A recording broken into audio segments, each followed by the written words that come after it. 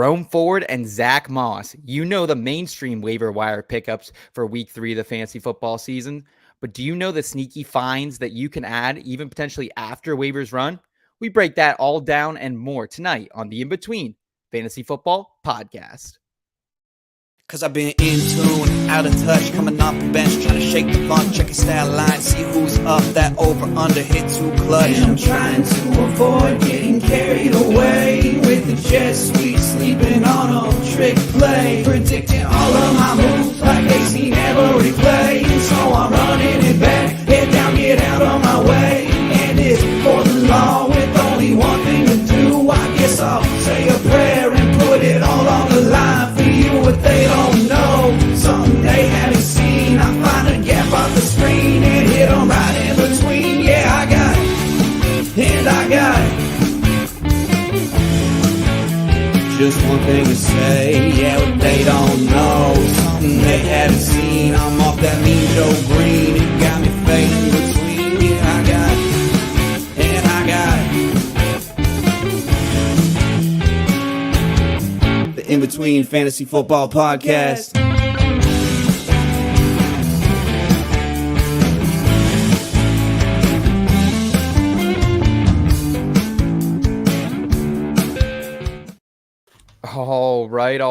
All right. It is Tuesday, September 19th, 2023. The In Between Fantasy Football Podcast is back with you, making moves as we head to week number 3 of the NFL season. I'm Seth Woolcock. I just got back home from the electric factory that was that Steelers-Brown game out there in DeBerg, baby. I'm joined by my co-host, who's an expert in college basketball transfer portal news, fantasy football analysis, and picking up chicks because he's swaggy as hell. Eric Romoff. What's up, dude? How we doing tonight? Man, we're keeping the two truths and a lie theme alive. We're doing well. That was a hell of a game for you to be at. That was like the picture perfect Steelers win. So definitely want to hear more about that experience. But all of a sudden we're heading into week 3, and I can't believe that we're saying that out loud. Hell yeah, man. I am pumped up. And also, Eric, for week number 3, we are joined by a guy who hosts one of the hottest shows in the space, an absolute icon, a dude who used to hide fucking pizza in the bushes before and after Clemson games. Guys, give it up for Simon of FYF. What's up, Simon? What's up, Seth? Thank you so much for having me. And if our show is hot, it's because of John, Luke, and Joey looking hot sitting there next to me. Appreciate you having us here. And it is crazy. We're heading into week 3. We were talking a little bit before the show. It was almost, we've been staring at the same numbers for 8 months, these offseason, the 2022 numbers. And now every couple of days you're throwing just new data at my face, and it's exciting and it's a lot. And it's just fun to have something new to talk about every day. I'm 100% with you, man. And soon, like, I feel like now we're doing okay, but soon we will not be able to keep up. And it already has been kind of a carousel of injuries. We saw one. We'll talk more about it later in the show, though, in Pittsburgh last night. Simon, I know you're a Browns fan, man, so I'm sorry for your loss. It was, even outside of being a Browns fan, I think everybody watching that game felt just how brutal it is to watch a player go down with that level of injury. You saw the way the Pittsburgh fans reacted there, and what may be one of the most hostile environments in sports, at least in the NFL. It was bad. You're sad to see it for Nick Chubb, but fingers crossed that the news that comes next is more positive, and that in 2024 we see Nick Chubb back to form. 100%, man. But we're going to pick up the pieces for people's fantasy teams tonight. We do have some free agent finds to get into later on in the show or in the scope segment. We're going to do some back in the day first, talk about overperformers who potentially have staying power and what we can learn from last year and the people who are hyped up after 2 weeks. And then we'll do our From the Forum, our mailbag segment presented by our sponsor over there at the Fantasy Football Advice Network. Also joining us tonight, a man who forgot to hit the build-up music on the intro, but I did get to share an ice-cold Busch Light with him down at Acrisure Stadium last night.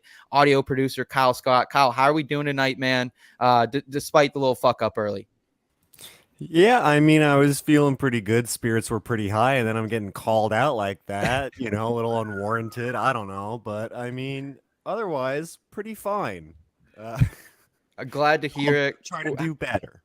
how did you find the game last night, Kyle, being down there in the Berg? It was an electric atmosphere. It was an electric atmosphere. You could feel the buzz in the city from like 4:30 on, I felt like.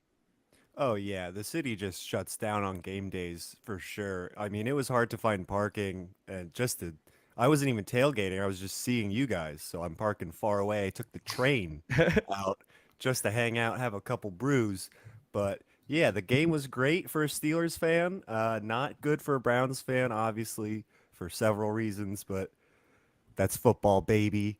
That's That, the gridiron. that is fucking football, Kyle. That's for sure. Also want to thank you, the IBT family, for tuning in.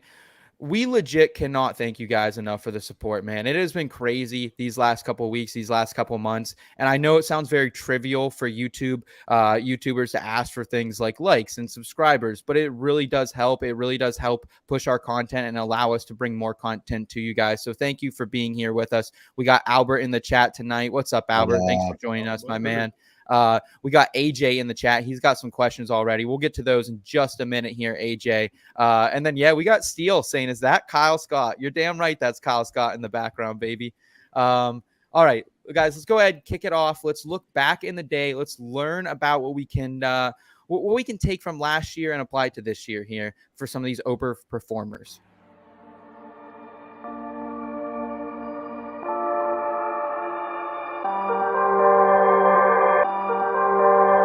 They ain't make them like this way back in the day. Took a shot, couldn't miss way back in the day. Couldn't predict how it could all change. Don't you ever forget how far we came. How far we came. Never forget how far we came. How far we came. Remember how it was way back in the day.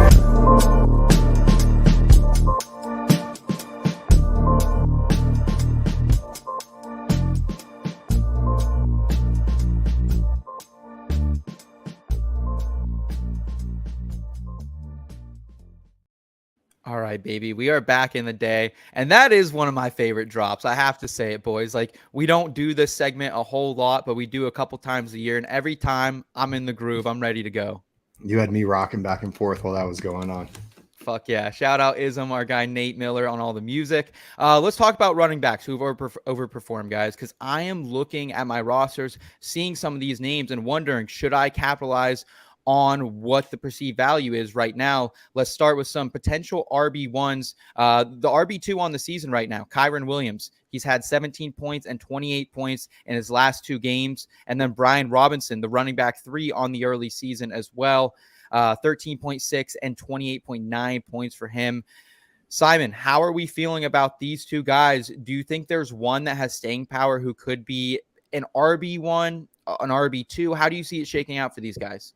It feels like every year there's a situation that the community as a whole just misreads, right? We saw it with Cordero Patterson. We've seen it with Phillip Lindsay kind of coming in and stealing work. We've seen it with Chris Carson taking over instead of Rashod Penny in the backfield there for the Seahawks. And this year, I do think it was the Los Angeles Rams backfield that we just entirely misread.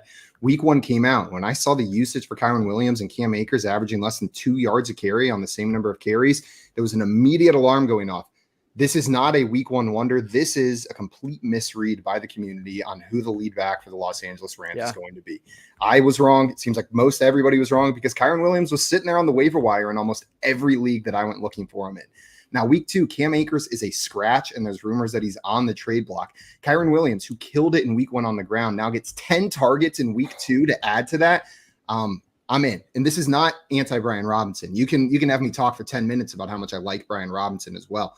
But if we're looking at one of these guys who I think is more likely to finish the season in the top 12, Brian Robinson's not getting that receiving work. None of the backs are there in Washington.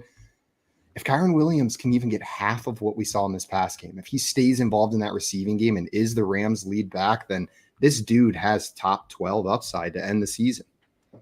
Okay.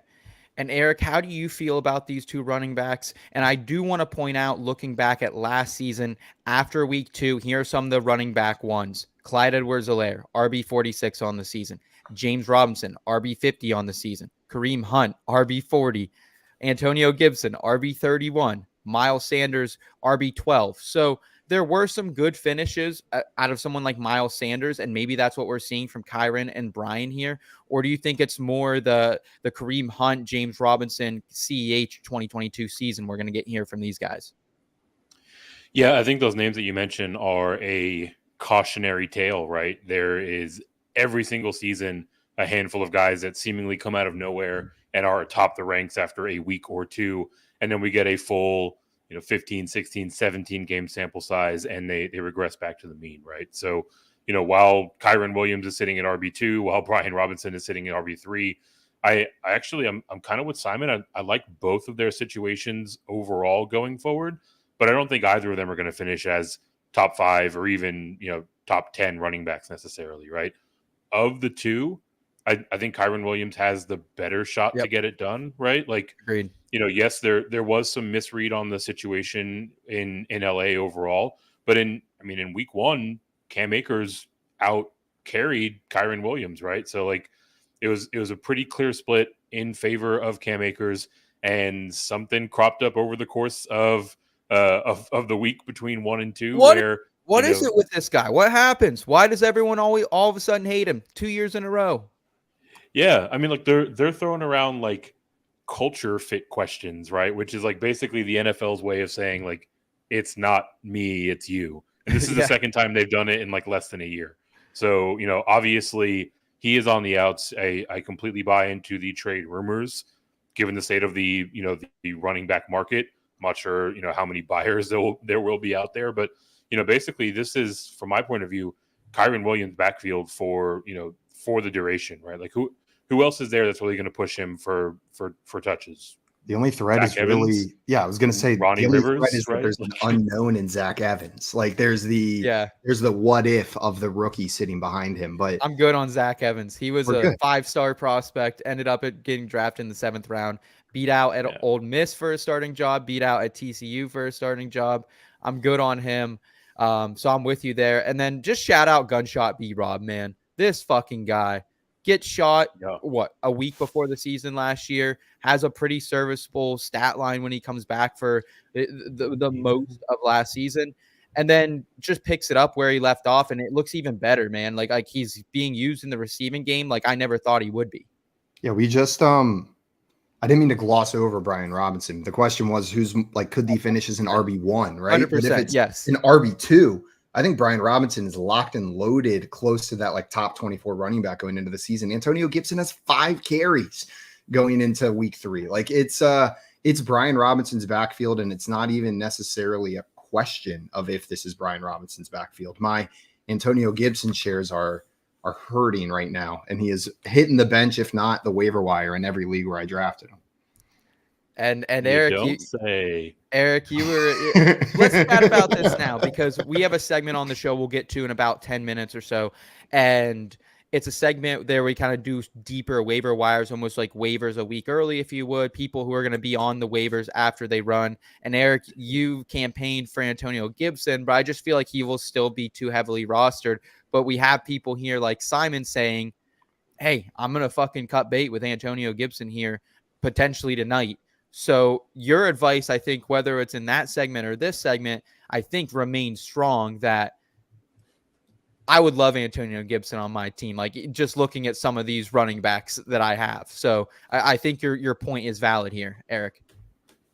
Yeah, I think the thing to underscore is Antonio Gibson's probably going to be one of the more dropped players when waivers run tonight. And while I agree with Simon that this is very clearly Brian Robinson's backfield, I do think there's going to be a heavier split between him and Antonio Gibson for the duration, right? I mean, even last week, right? Brian Robinson outsnapped Gibson 36-30. Gibson ran a heap of routes. He ran 25 routes. He did almost all of his damage as a pass catcher. There are going to be plenty of games where the Commanders are trailing or trying to make a comeback. So Gibson has a role to play. I still think it's going to be 65-35 in Robinson's favor, which is basically the definition of a workhorse in today's NFL. But Gibson will have some value, especially as kind of a deeper stash in the weeks to come. Hell yeah. Hell yeah. Looks like we got some friends in the chat. We got Maddie Daddy. What's Yeah, up, yeah. Maddie? Thanks for tuning in tonight, man. And then we got Dame and Mr. Scampers. I know it's their bowling night, so we appreciate them tuning in, getting a little waiver information as they're throwing fucking strikes down there, baby. Let's get to this question here from our guy AJ. Jamar and Aaron Jones for Tyreek. I'm getting Tyreek. He has ETN, Gunshot B-Rob, and Kyren Williams. So this is a great time to answer this question. He has a guy who, Simon, you just said could potentially be a running back one, B-Rob, who you also seem to like as an RB2, and ETN, who, if he stays healthy, probably a low-end RB1 as well. Are you making this trade here? First of all, AJ, that is my kind of team right there. That is how I love to draft and then how I love to play the running back position. Week 1, week 2 reveals so much information about how these backfields are going to play out that wasn't there. And you can gain that advantage. You looked weak leaving the draft, and now you've got one of the stronger running back cores in your league, probably, especially with all the injuries going on. That being said, I'm staying pat, man. I know it's been a rough 2 weeks for Jamar and Aaron Jones, and I love what I've seen from Tyreek, but I think we might be letting that 45-point game distract us from you've got 2 number 1 receiving options sitting over here on that team until Christian Watson comes back. Aaron Jones, whenever he's healthy, is going to be heavily involved in the passing game there for the Packers. And Jamar Chase, while he hasn't found the end zone yet, he's got 17 targets through the first 2 weeks. And he's got Joe Burrow, who hasn't looked like Joe Burrow through 2 weeks either. I trust that this offense is going to fully pick up. We saw T. Higgins cash in week 2 with the double touchdown game. We did. Jamar Chase's time is coming. I think what's doing it for me is I don't think the gap between Jamar and Tyreek is an Aaron Jones. And because of that, I'm holding on to those players. It's not quite enough for me. Okay. Yeah, I think I'm with you there, Simon. At first, I read this as Jameer Chase, not looking at the spelling at all. And Jamar, he has his downs right now, man. But as we even saw on Sunday night, man, like Tyreek can still have mediocre games as well. So don't panic quite yet. I would still love to upgrade Jamar Chase, I think, Eric. If I can get a Tyreek Hill, I still value Tyreek higher. Yeah. I really think there's a good shot he's going for $2,000 this year. However, it needs to be a small piece, I feel like, in exchange to get up to that upgrade. Would you agree?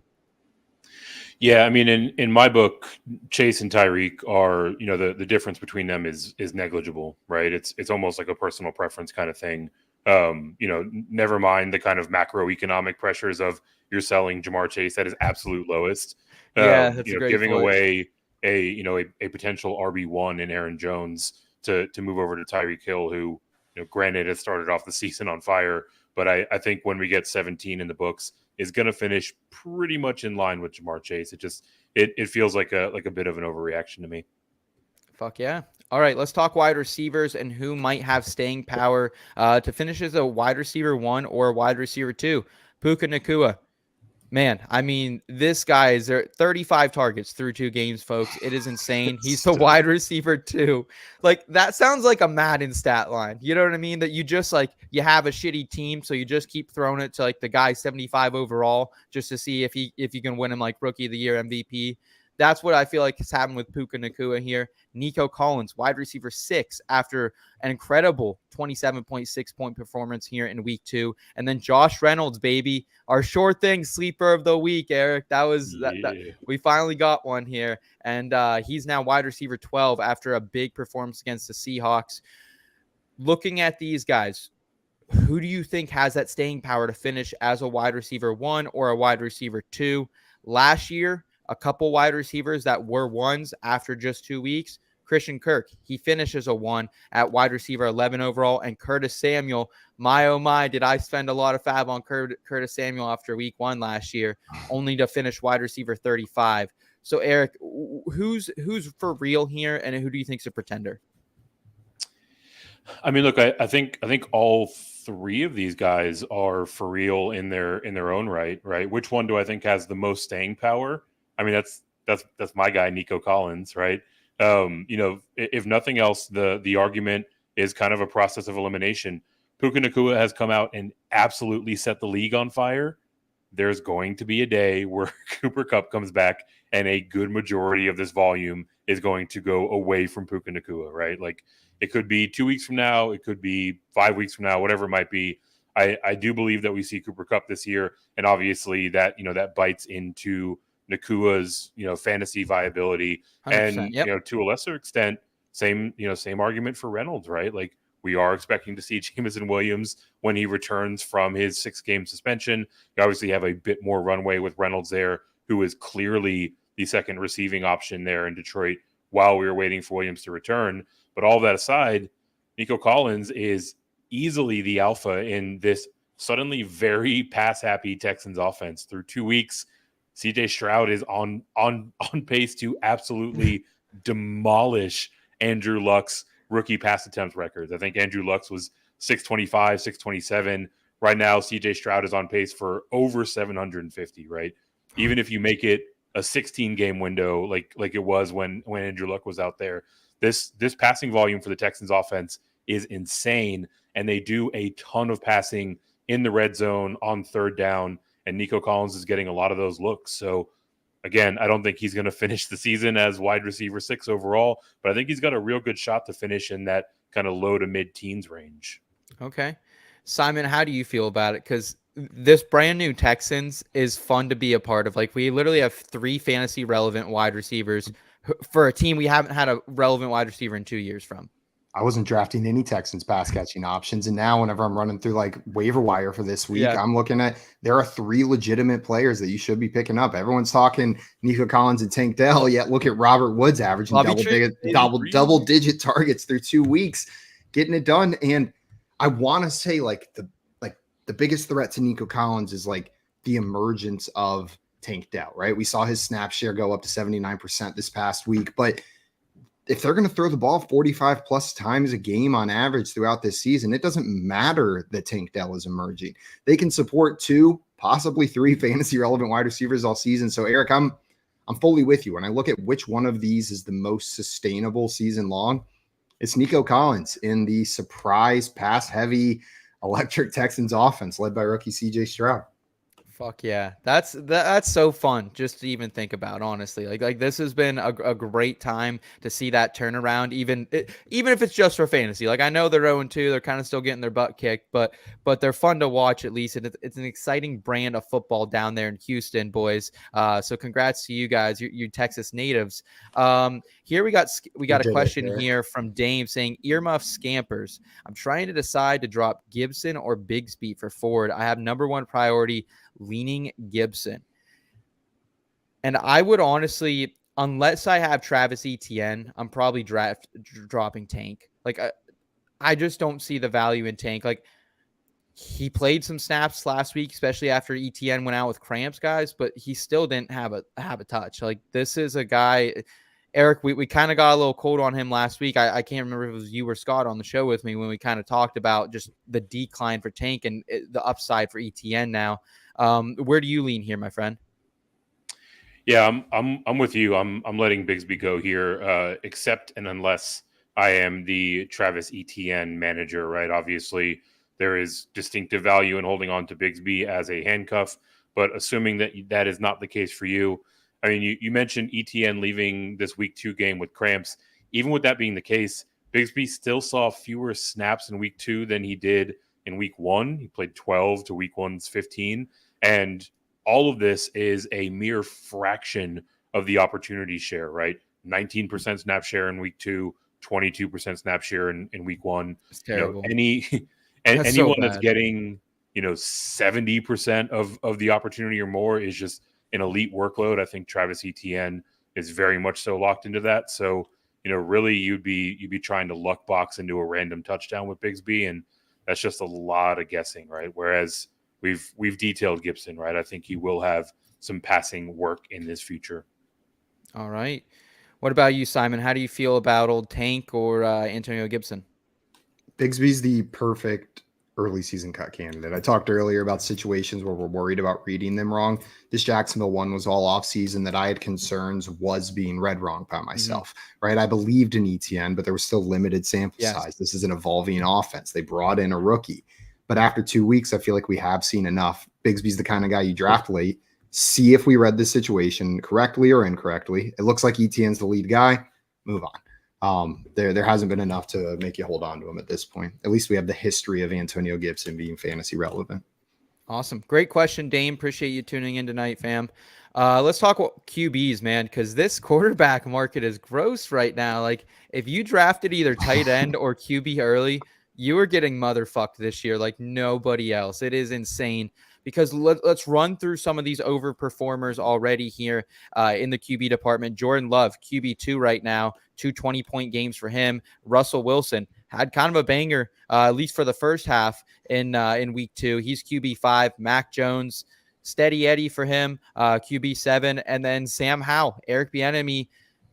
Seems like Eric Bieniemy matters. I think Eric Bieniemy matters a lot more for the Chiefs and a lot more just in general than I thought he was going to, making Sam Howell the QB12 through 2 weeks.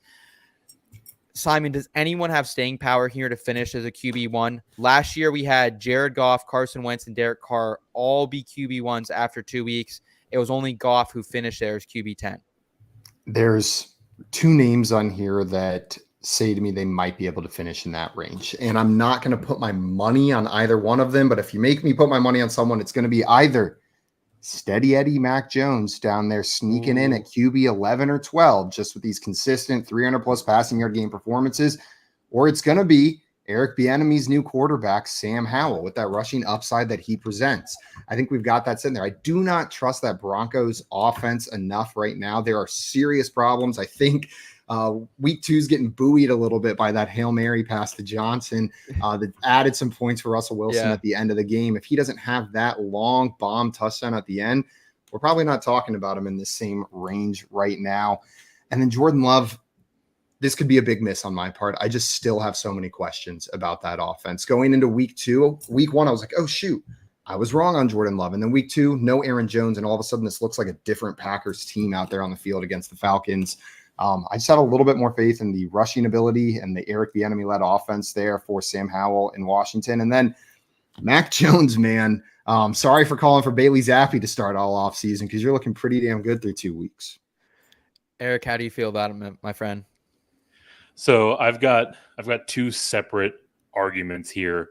The first is very practical. Sam Howell is currently sitting at QB 12, and I think he has the highest likelihood to finish where he is currently, right? Like, he runs just enough. I do think that Bieniemy's got this offense moving in the right direction. I don't think we're going to see any of these, explosive games on a regular basis. So, a guy that can get you 16 to 20 points week in and week out is probably going to finish around QB 11 or 12, right? So, functionally speaking, I think Howell has the most, technical staying power. But the quarterback that I'm most excited about of this lot is Jordan Love. Yes, this kid's start is insane, right? Like, I wasn't in on Jordan Love, right? I thought that the Packers might be heading like to Tanksville and making future QB plans when they let Aaron Rodgers head out the door.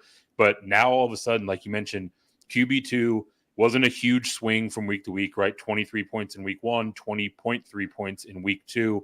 And this offense, they score through the air. Jordan Love is currently the leader in the NFL at an 11.5% touchdown rate. Basically, the percent of his pass attempts that are converted to touchdowns. That's going to come Christian down. Watson? Yeah. That is without Christian Watson.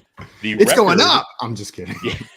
The NFL record is a smidge over 10%. So clearly this is going to regress. But in looking into this, 7 of the last 10 years, the leader in touchdown rate in the NFL has won the NFL MVP. Most of the times they finish between 7 and 9%.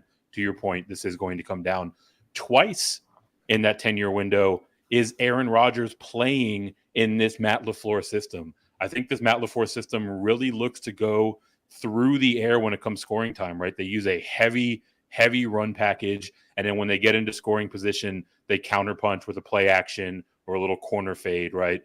Obviously, like I said, this number is going to come down, this touchdown rate. Yeah. But I do think we're going to see some pretty gaudy touchdown numbers for Jordan Love when it's all said and done.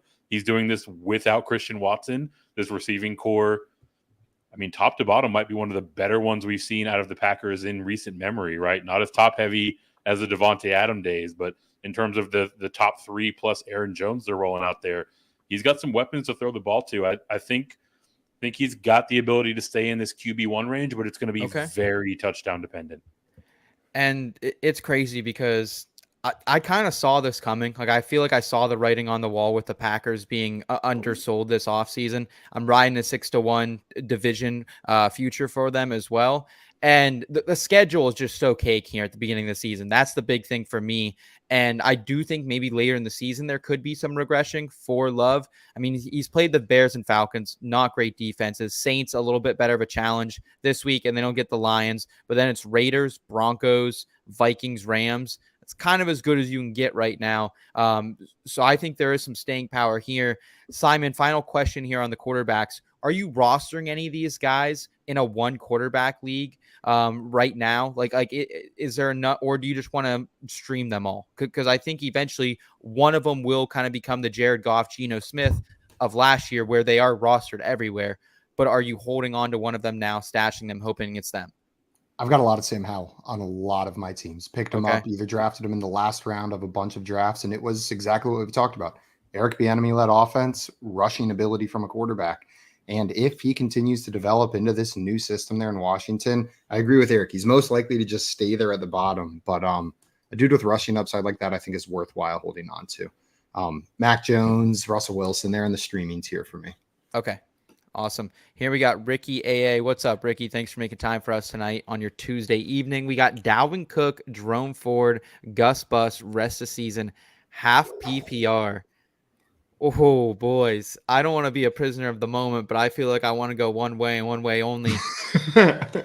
Eric, I'll give it to you first, man. You're not a Browns fan. You weren't at the game last night. You have no connection. We're removing all bias here. Who you taking rest of the season?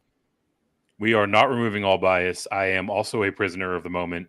My moment stretches back to last year because my highest rostered player in Dynasty is none other than Jerome Ford, who I believe is the clear answer here, right? Dalvin Cook is going to continue to split work with Breece Hall and to a lesser extent Michael Carter. I mean, the mire of the Baltimore backfield has been confusing and frustrating for recent, the last few years. So I think we're looking at a world where Jerome Ford really steps into like the Nick Chubb role, and that type of opportunity is elite. All right, Simon.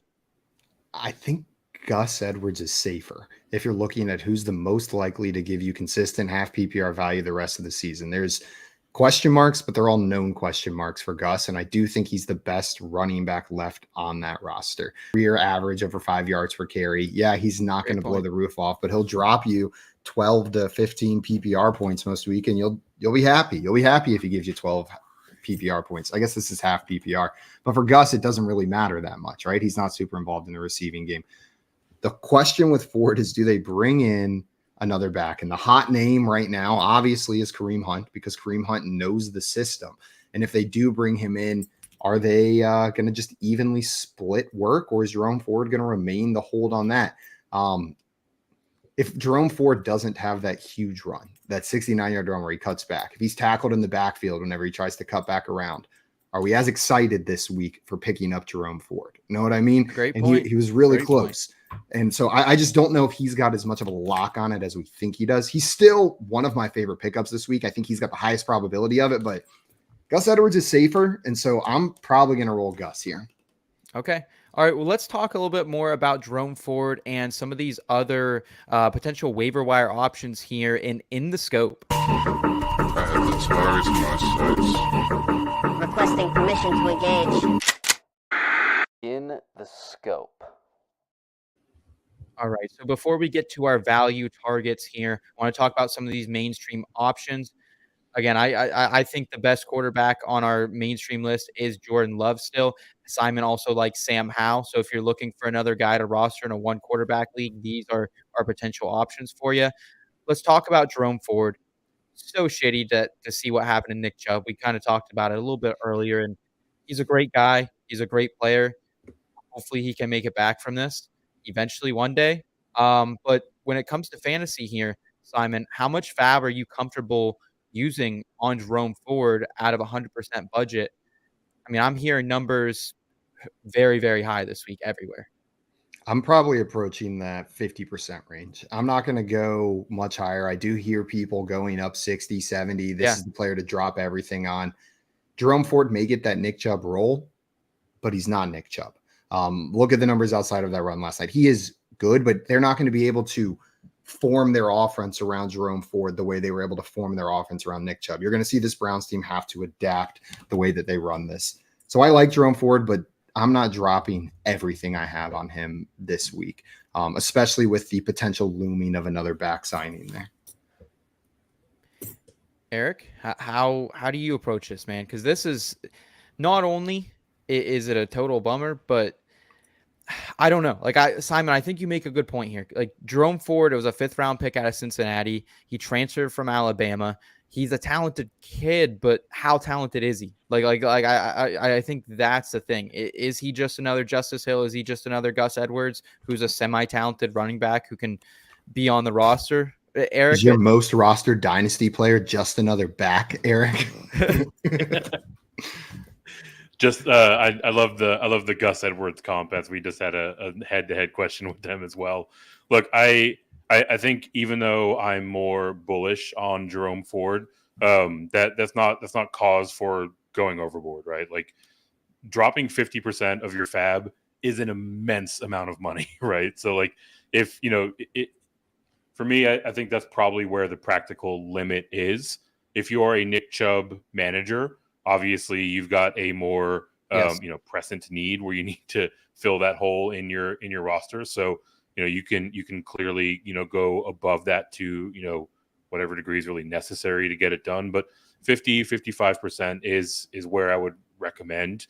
I guess the thing that probably separates my position from Simon's is I'm less concerned about Cleveland bringing someone else in. And in my mind, they already brought someone else in, and that's Pierre Strong, the player who vultured that touchdown after the very long run by Jerome Ford, right?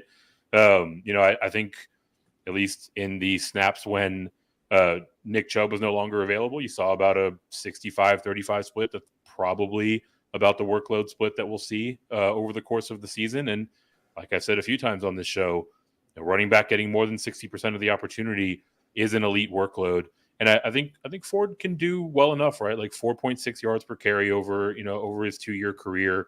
Obviously we'll see how that extrapolates over the course of a full season. But for me, I think Cleveland kind of made their decision on Kareem Hunt when they let him walk out the door. And a lot of the reason why they did was because they felt they had a viable option in Jerome Ford already on the roster. Yeah. I do think that the people that are concerned about Pierre Strong's carries coming on the goal line, like, oh, Pierre Strong's the goal line back. Pierre Strong's the goal line back. No, Jerome Ford just ran 70 yards. Pierre Strong is not the goal line back. Jerome Ford just sprinted down the field 70 yards just vertically, probably like 140 whenever you take in his side-to-side action down there. Dude was tired. If they don't bring in anybody else, I don't think this is a Pierre Strong is stealing all of his touchdowns. It was just a boy who sprinted 100 yards down the field, and they gave him a break and let Pierre punch it in. Honestly, when I saw him get that touchdown, I was like, yes, this is going to pull down Jerome Ford's price tag just ever so much, right? Like any of you try to do anything after you just sprinted 70 yards consecutively, right? Like the guy was just getting a breather. All right, Jerome Ford, I'll be honest, I think I'm going to be the one. I would say I'm probably comfortable like 60. I just don't think there's going to be another player that I think you can consistently rank if he is the only guy and they don't bring in a veteran or make a trade. Like we have a comment here in the chat from Ricky saying JT to Cleveland. I don't think they would do that, especially because they'd have to pay him. They're already paying Chubb so much. But Cam Akers is on the table. We know they're making calls about him as well. So there are options out there. But if Jerome Ford is the only guy, he's an RB2 every week for me. I think he's a sit it and forget it RB2. I just don't know how many more of those we're going to see this season. So I think that's why I would go a little bit heavier. But I totally understand. Like, Simon, you're right. That's a shit ton of FAAB, man. And that's a scary feeling to be fabless late in the season when you're trying to make a push for a championship. I think I'm also biased. I'm also already FAAB poor from a lot of the week 1 Kyren Williams pickups. So maybe I'm being a little stingier with where my FAAB's going after. I mean, that's kind of the point, right? Like a week ago when we were talking about Kyren Williams or Joshua Kelly, we were probably saying things like, I'm not sure if there's going to be another guy hitting the wire who has this kind of opportunity, right? So, like, ultimately, running back is a very fragile position. If you want to go out and drop the hammer and get Jerome Ford, spend 60% plus of your FAAB, now's the time to do it, right? Like, the earlier in the season, the more value you get for those dollars that you spent, but also try to play a little in the scope of your own, right? Get a few weeks ahead and grab some of those handcuffs that are out there as a stash, so that way when the inevitable happens with someone else, you're not now FAAB poor and unable to get into those players. As soon as that happened, I went looking for all my handcuffs because I was like, damn, I am scared shitless that my luck will run out. One more mainstream waiver wire target at the running back position I just wanted to quickly touch on. Zach Moss. He got all the carries for the Colts. It was insane. It was absolutely fucking nuts what happened. Deion Jackson, terribly inefficient week 1, so I understand the decision to move to Zach Moss. However, JT could be back in a couple weeks. I don't think you should be paying that much up for Zach Moss. I've heard 20% a lot today from a lot of programs. I don't think I would pay that for Zach Moss. You're maybe getting 2 weeks, maybe a little bit more. If things go his way and JT doesn't come back, he could be the starter the rest of the way. But I still think Zach Moss is one of these other Joshua Kelly type of players. Like, we know who Zach Moss is at this point. He's not a special player. He's an average to below average running back in the NFL. Like, congrats to him. I mean, way better at football than I'll be at anything in my life. You know what I mean? But still, I'm just not comfortable paying up that price, boys.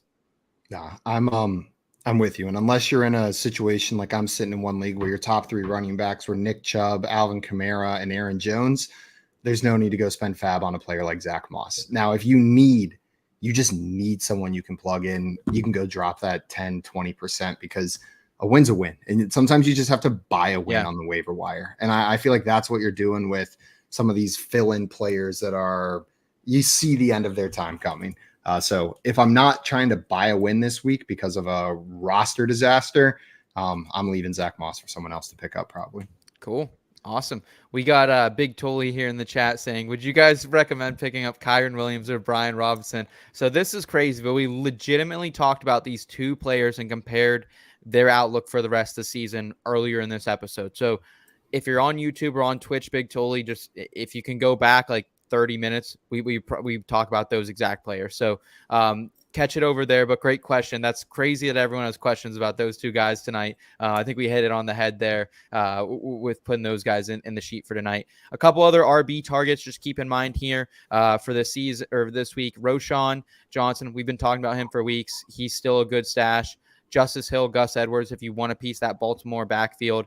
Craig Reynolds, Detroit Lions, David Montgomery went down here this last weekend. So keep Craig Reynolds in mind. Michigan pride, baby. And then Matt Breida, the Giants. We don't know what's going on here with Saquon Barkley. We heard multi-week absence, and now we're hearing that he might play on Thursday. So I don't think, based on what we saw in that game, that he would be playing. But maybe not. And then Tony Jones Jr., another guy if you want to buy a week. Tony Jones Jr. is potentially that guy. Maybe Kendre Miller if he can get back as well. At the receiver position, I'll run through them quick. Rashid Shaheed, Romeo Doubs, Josh Reynolds, Robert Woods, Tank Dell. We've talked about most of these guys tonight. They should be priority ads if you need a receiver. Sam Laporta, Zach Ertz, Ferguson, and Hunter Henry for tight end positions here. Again, kind of same cast of characters we've talked for the last 2 weeks. They need to be over 50% roster, and we won't talk about them anymore, guys.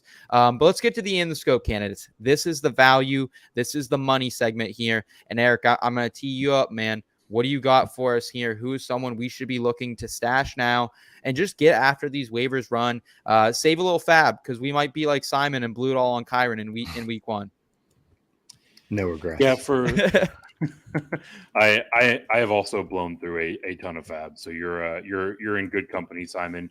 For me, the guy that I think you can probably go out and get on the cheap right now is Jonathan Mingo. Look, this Carolina Panthers offense has been sputtering, but over the course of the first 2 weeks, Mingo is out here, got 13 targets. Right, he's only hauled in 5 of them. I think we'll see that rate go up, week over week, including this upcoming week. But also, we're looking at a a pretty solid game script going off against the Seahawks, right? You know, so far through 2 weeks, just about every passing offense and specifically outside wide receiver that has faced the Seahawks has popped off for a close to a ceiling game, right? So, you know, I wouldn't go out and grab him and start him immediately, but I do think that if you have an available bench spot, you can go out and get Mingo. And if he pops off this week, you now have been a week ahead of the curve. You saved yourself a pile of FAAB.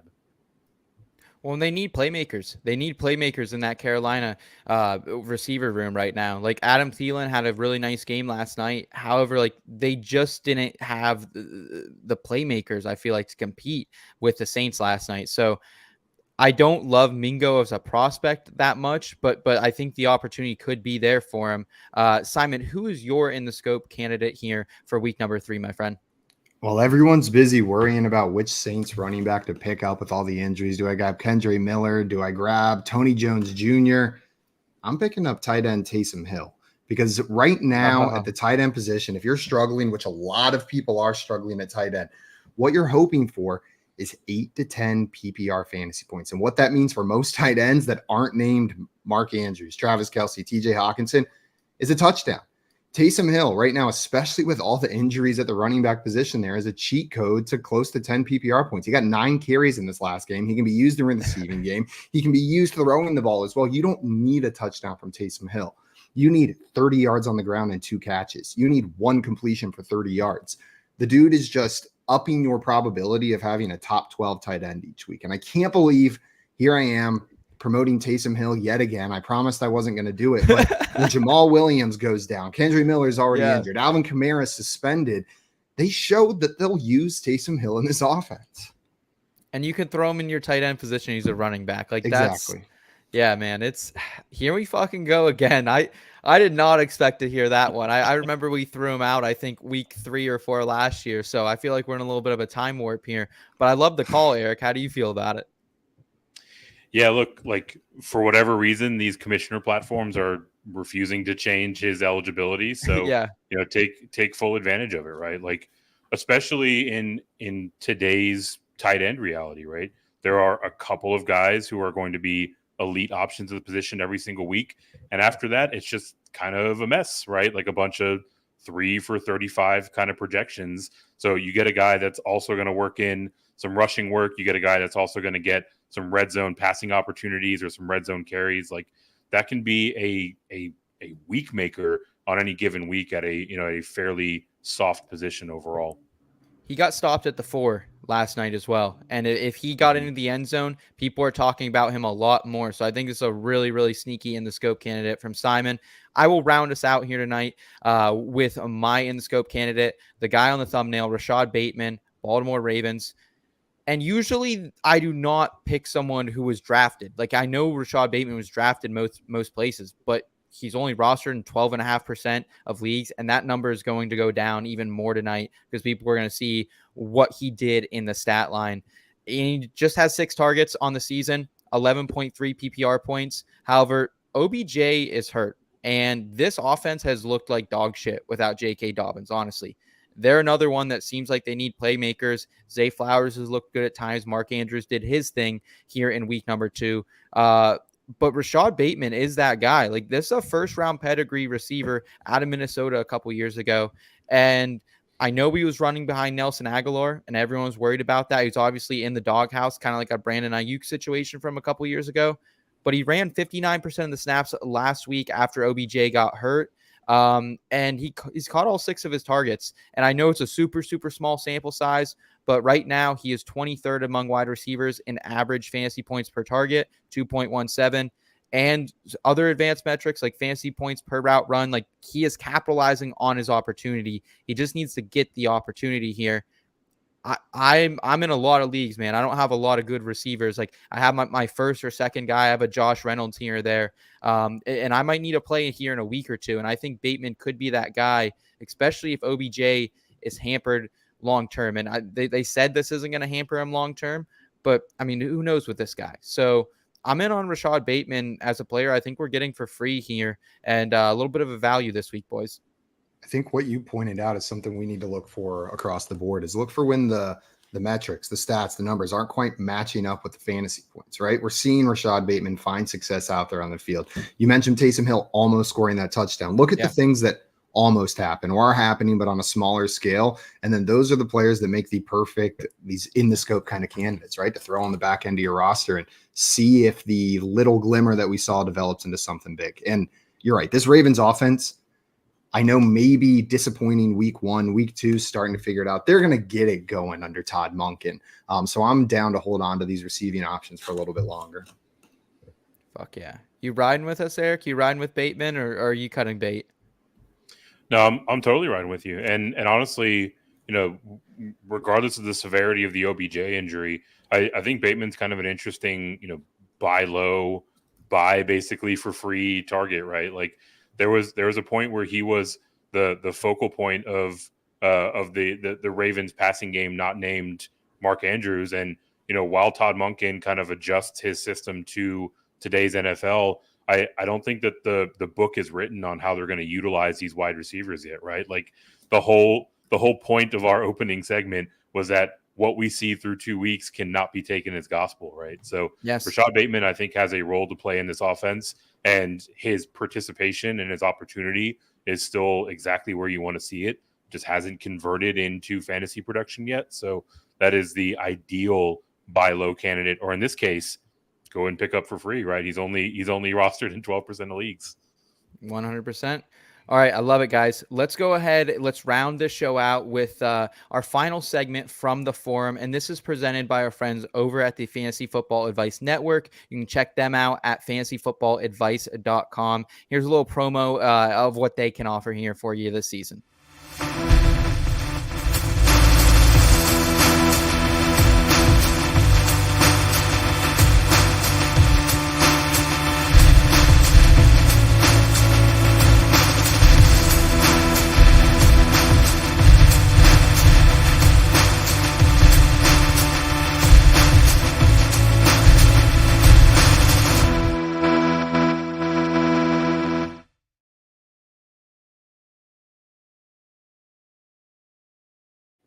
All right, the Fantasy Football Advice Network. You got to check it out, guys. It's a platform where creators and fantasy football enthusiasts can support each other. It's taking all those great apps, Discord, Patreon, Facebook, Instagram, and it's combining it into one platform because, let's face it, guys, I don't have enough memory on my phone. I have to delete. Anytime I want to install a new app, I got to delete another one. So I'm trying to cut down my storage a little bit, cut down on my screen time, and doing that over here at the Fantasy Football Advice Network. Use the promo code IBT. You're going to get 25% off your first purchase over there. And guys, it's like a cup of coffee a month. So 100% need to try it out. And want to shout out the chat and everyone tuning in on YouTube tonight and Twitch. Been really, really cool to see some new faces. I know Simon's a big deal, so appreciate you bringing in the crowd tonight, Simon. No, they're here for you guys. All right, so we're going to get some questions from over there at the Fantasy Football Advice Network. If you guys have any questions, now is the time we can answer those for you as well. Let's start here with rest of season. Raheem Mostert or Jerome Ford is coming from Cap over there at the Fantasy Football Advice Network. This is a really tough one for me, boys. This is really, really tough. Simon, how do you feel, man? How are you feeling about it? Because Jerome Ford, the hot name of the night. But Raheem Mostert, he's done his thing, and it's just next man up in Miami. It feels like everyone. Yeah, I know I mentioned earlier the fears around Jerome Ford maybe not having as much of a lock on that backfield as we would have hoped, right? They could potentially bring someone in to complement him or take over that top role. The problem with Raheem Mostert is that guy's already on the Dolphins roster, and it's rookie Overachievers, who made his debut this week after a shoulder injury kept him out in week 1. Don't get me wrong, Mostert looked good, but Mostert, we've seen this experiment from Raheem Mostert before, and I also think Overachievers might just be the better running back that they brought in for this specific purpose. The reason you didn't see him fully involved the first 2 weeks was due to the injury that kept him out. And I'm expecting over the next couple weeks, we see the shift to Achane as the lead rusher there, even with the electric performance this past week. So I'll go Jerome Ford. There is concern about both of these guys, but I'll go with the guy who doesn't have his replacement on the roster already. Well, and I'm with you, Simon, because when you look at Cleveland compared to Miami, Miami is a team that they don't run the ball a whole lot, 39.7% of the time so far this season. That's 21st most. Look at Cleveland, though, 49% of the time. That's top 8 in the league, and that's no fluke. They've been a top 8 team the last 4 years under Kevin Stefanski. Like you said earlier, Jerome Ford is not Nick Chubb, so I think that will come back down a little bit. We'll see a little more Watson, but he's struggling too. Yeah. It's tough matchups for both of them, Eric, though. Like the matchups are tough moving forward. Next 4 for Jerome Ford: Titans, Ravens, 49ers, Colts. Not great. That is brutal. And then your guy Raheem Mostert: Broncos, Bills, Giants, Panthers. Yeah, I think it's Ford. I love that we're putting Simon's bearishness on Jerome Ford to the test just early and often over the course of this show. But it's the points that you both laid out, right? Like this Browns offense is much more run centric, right? Their offensive line grades much more favorably in run blocking than they do in pass blocking. But also, like I said earlier, I'm projecting Ford to get 60, 62, 65% of the opportunity. And not only does Raheem Mostert have to hold off the emerging Devon Achane, but also got Jeff Wilson coming back in a couple of weeks, right? Like last year, they almost split 50-50 on the nose. They actually played a fair amount of snaps together. So Mostert saw 56% of snaps. Jeff Wilson saw 51% of snaps. I think that's largely going to be the game plan for Miami. And then week over week, especially as he gets more comfortable with pass protection, we're going to see Devon Achane continue to chip away at that two-way workload, right? So if nothing else, like opportunity weighs so heavy in fantasy football, and I think Jerome Ford's going to have more of it when the season's all said and done. Hell yeah. Appreciate that. We got Super CNB challenges in the chat. Should I trade away Miles Sanders and Olave for Jamar Chase? We talked about buying low on him earlier this episode, Simon. Is this buying low or is this buying too high on him, you think? Don't get me wrong. I love me some Olave this season, and what we've seen has looked all right through 2 weeks, but Jamar Chase is a tier 1 wide receiver. He's comparable with Tyreek Hill. He's up there with the best of the best, and this is Miles Sanders. I'm not afraid of giving up at this point in time. This is a slam dunk trade. I'm taking Jamar Chase, and I'm going to bed smiling. Eric? I am too. I don't know how much, this is buying low on Jamar Chase. I think this is a pretty fair deal overall, but I would much rather have the Jamar Chase side in this arrangement. And Chris Olave, like, shout out to him. He is off to a fantastic start through 2 games of the Derek Carr era. But nonetheless, even if we like him to finish as a fringe wide receiver 1, he doesn't have the wide receiver 1 on his range of outcomes, and Jamar Chase does. Certainly. Got Ricky here. Josh Reynolds, Terry McLaurin, Jacoby Myers, pick 2. Oh man. Oh geez. This one hurts me. I mean, you're keeping Terry McLaurin. Yeah, that's the slam dunk, right? Yeah, that's a slam dunk. It's Josh Reynolds or Jacoby Myers. Jacoby Myers was a fucking weapon in week number 1. Shout out to him, man. Like, I mean, and I think he's going to be a stud too. But I really love Josh Reynolds, and Amon-Ra St. Brown here, Ricky, is injured. At least, like, they're not calling it turf toe, but it's fucking turf toe. Like, let's just be honest. Like, they put a steel plate in his shoe so he could finish that game. I think Josh Reynolds, he has a potential to be the wide receiver 1 if Amon-Ra misses time, and he's a viable wide receiver 2 option, I think, as long as Jameson Williams isn't back here. So I like Josh Reynolds if I'm trying to get out to a little bit of a lead here. But Jacoby's great too. Eric, how do you feel on the 2? Yeah, McLaurin's the clear choice here, and I would go Josh Reynolds to follow that up, right? Jacoby Myers obviously had a fantastic week 1, but also he was getting the soft coverage on the other side of the Patrick Surtain shadow. That's not going to be his matchup every single week, right? So, very much so, we've seen Jacoby Myers' best game. Potentially, we can say the same for Josh Reynolds, but I think his role in the offense is just more established relative to that of Myers in the Raiders' offense. Simon? Let's not forget about the the number one DB there in Atlanta either. AJ Terrell's looking pretty good through the first 2 weeks of the season, having a bit of a bounce back. And we saw Jaden Reed kind of find some success, I think, in part because of AJ Terrell covering Romeo Doubs for most of that game. So even with Amon-Ra St. Brown in there, maybe AJ Terrell's a little bit too much for him to handle. And we see Josh Reynolds step up in that game. I think I'm with you guys. I'm going to roll Josh Reynolds here as the second guy. Awesome. Last question from here over on the forum. What is Puka Nacua's value in a PPR league? Infinite. Basically, our guy, Harry Wolf. I wonder if this is his actual name. Is his name Harry Wolf?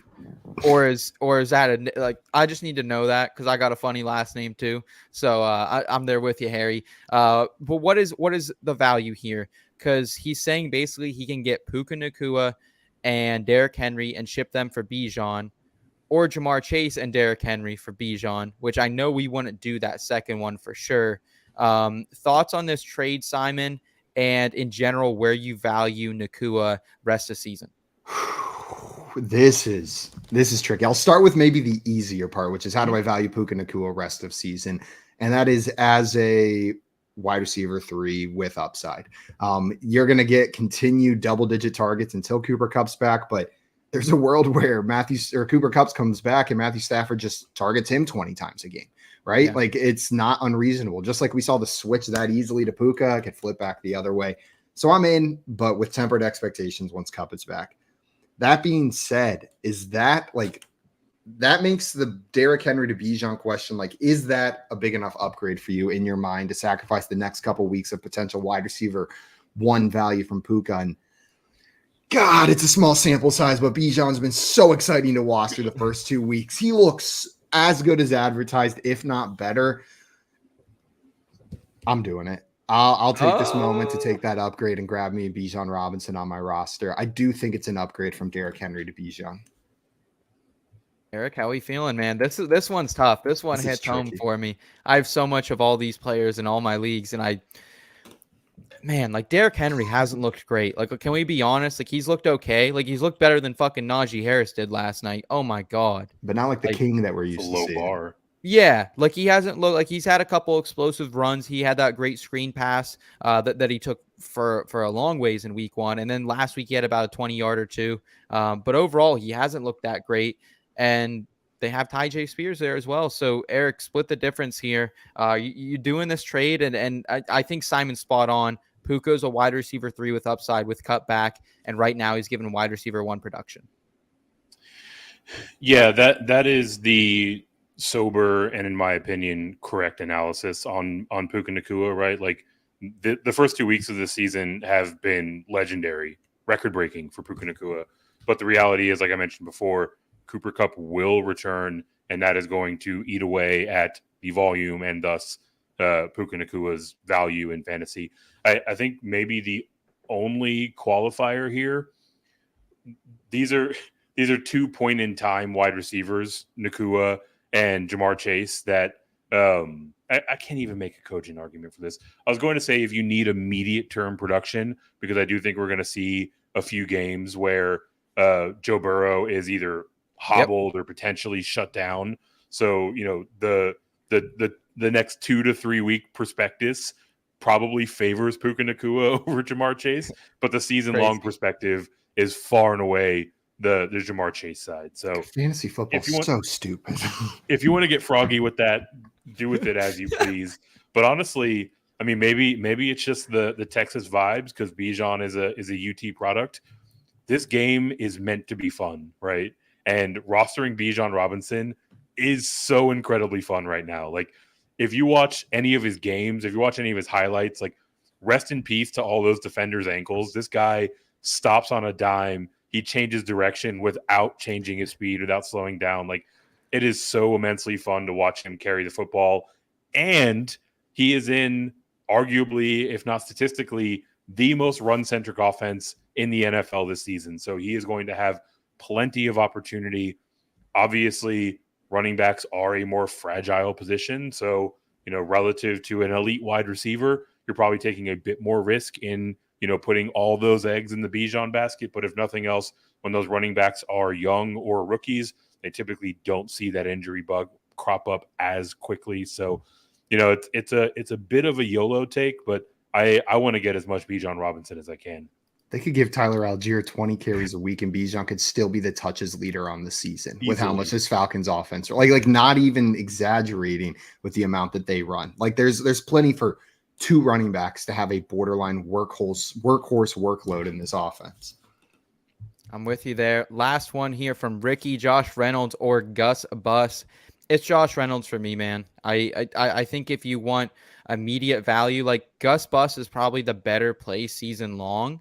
But if you're trying to win these next couple of weeks and you need a play, I feel much better sticking Josh Reynolds in a flex than Gus right now. I just don't know what the floor is for Gus Edwards. It's pretty non-existent, it feels like. So you're kind of hoping for touchdowns with Gus Edwards, honestly. Like I don't think he's caught a reception in a couple of years. I don't know if that still stands, but I know he had a long streak of games he had not. So any disagreement for you, gentlemen? I think Gus, you said what I was going to say. Season long, I'll roll with Gus. I trust his relatively low upside, but sticky value in my mind in that Ravens offense. Cool. Sweep it for me, right? I think it's not going to be as flashy as evidenced by Josh Reynolds' 2 touchdown game last week. But if you're looking for that steady kind of flex contribution, Gus projects more favorably in that regard. Awesome. Well, guys, I can't thank you enough for joining us here tonight on the In Between Fantasy Football podcast. Simon, tell us where we can find you and all the awesome work you're doing out here in these fantasy football streets, my friend. Well, first of all, thank you so much for taking the time to have me on. And myself, and I'll speak for everyone at Front Yard Fantasy, we love and are obsessed with you guys over at IBT Media. The content that you create and the team that you're building is something special in this space. If you guys want to check out what we're doing, you can find me on Twitter at FYFSimon, but check out our YouTube at Front Yard Fantasy. We're live every day, Monday through Friday at 3 p.m. Eastern time for the fantasy football game show. We've got some fantasy football Jeopardy tomorrow, so come and hang out and play that game with us. Flex your week 2 knowledge. See if you know more than we do. You probably do. Hell yeah. Hell yeah. Well, Simon, we appreciate you and everyone over at FYF and all the good stuff you guys are putting out here this season. Make sure you guys are opening up a new tab on YouTube and subscribing to their channel. It's a lot of fun. I highly suggest you get involved. For me and Eric here at IBT Media, you guys know what to do. Subscribe to the channel. Come back. Hang out with us again. We got a lot of fun stuff coming, man. It's still NASCAR season. The PGA swing season's heating up, and we're live here 2 nights a week. We're here every Tuesday at 9:30 p.m. Eastern time, and then on our Friday episodes as well, 2 p.m. Eastern time. Eric, I know you have some other things going on. I know we just had a big push for the final pros with Joe's a couple weeks ago. That is in the book. Congratulations for that and everything you guys have going over there at GSM. If you want to tell us a little bit about that. Yeah, Pros with Joe's 4, which is weird to think we've done this for 4 seasons now, is off and running. We're 2 weeks in. So we've got all 56 of our paired teams battling away to make their way to the playoffs, which start in week 14. And like you mentioned, Green Screens Media largely covering college basketball, which never sleeps. We actually just wrapped up our mid-major preview segment. So we covered every single mid-major conference 2 at a time over the course of the last 3 or 4 weeks. So that is all at the Green Screens Media YouTube page. And we're getting ready to kick off with the high majors, going to head into those power conferences in the next few weeks. So Green Screens Media on YouTube, or you can just head over to my Twitter page, which is at FantasyNav. And all of that will be somewhere in my timeline. Hell yeah. Well, I appreciate it, guys. Everyone out there tonight, please enjoy this week, man. It's a fun time in the season. Shout out Nick Chubb, man. Sending good vibes your way. Shout out to our guy in the background, Kyle Scott, as well. We love you, brother. And we'll catch you guys next time. Until then, keep it in between.